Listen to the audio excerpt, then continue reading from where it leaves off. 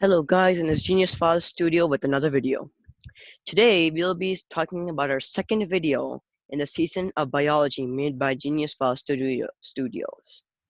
Today we'll be talking about two different types of processes which help in cellular development, or that help the cell develop in a successful and a good way, which will help the cell and or the organism it is helping to thrive. Yes. And before we start, please, I hope you like and subscribe this video and share this video and all the other videos in this season to your friends and family for more videos by Genius File Studio.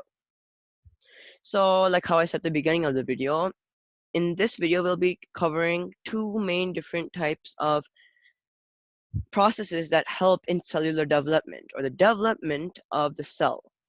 So before we start, I'm just going to give you a brief summary of both of these processes. So first, we'll be talking about DNA replication. DNA replication, by what you see here, is DNA and replication.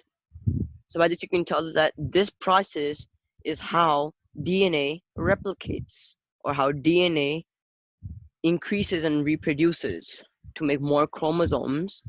And you'll be wondering, why is this so important? Well, without DNA replications, let's say you got a little wound, just a little one. I'm not even talking about a huge a bloody wound in your arm. I'm talking about a small wound, like just a small scratch, like if this were your bicep. Yeah, the small little scratch, no blood, just you can see the skin is scraped off a little, and now you can see your flesh a little. Yes, gross. But it's a really minor wound which everyone gets in their life. Even during this, thousands and millions and even billions of cells die in this right here.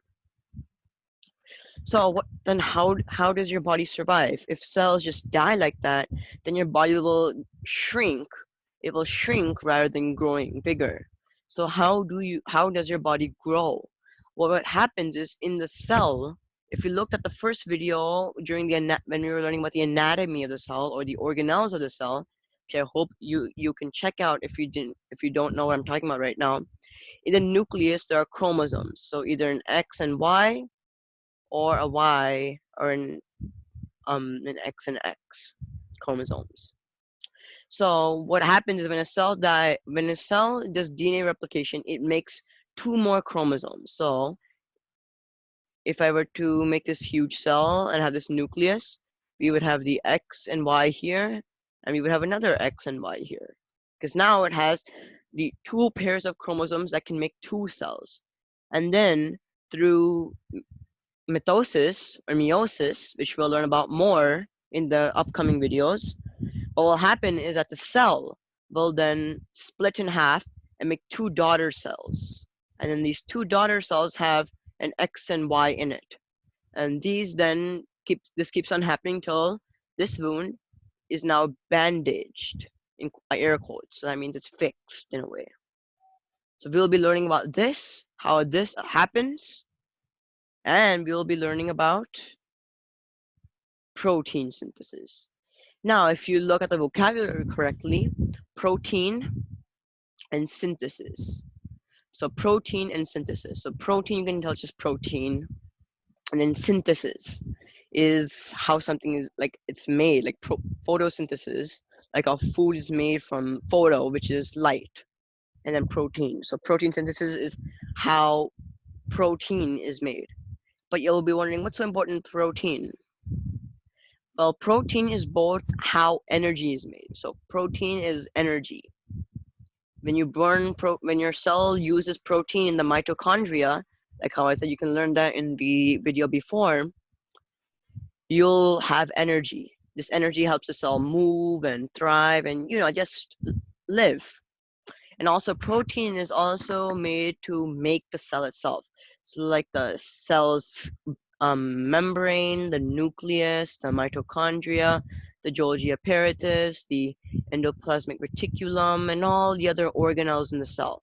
And if you're now just bum-struck by this, and it's like the first video you have seen by Genius File Studio, I hope for the billionth time, look at the other videos before this so you can have a better understanding of what I'm teaching you right now. So all of this stuff here, all these organelles are made up of protein. So it's kind of like what everything is made of. So a house is made of wood. Same thing, these organelles are made of protein. Without the wood, there's no such thing called a house. And same thing with the a cell. Without protein, there is no cell. So this is just a brief statement about this. And now, this video won't be so long and boring. You should watch the next video, which is part 2 of cellular development, where we'll learn about DNA replication. And then finally, in the part 3 of this video, we'll be learning about protein synthesis. So I hope you watch the next videos, and see you later.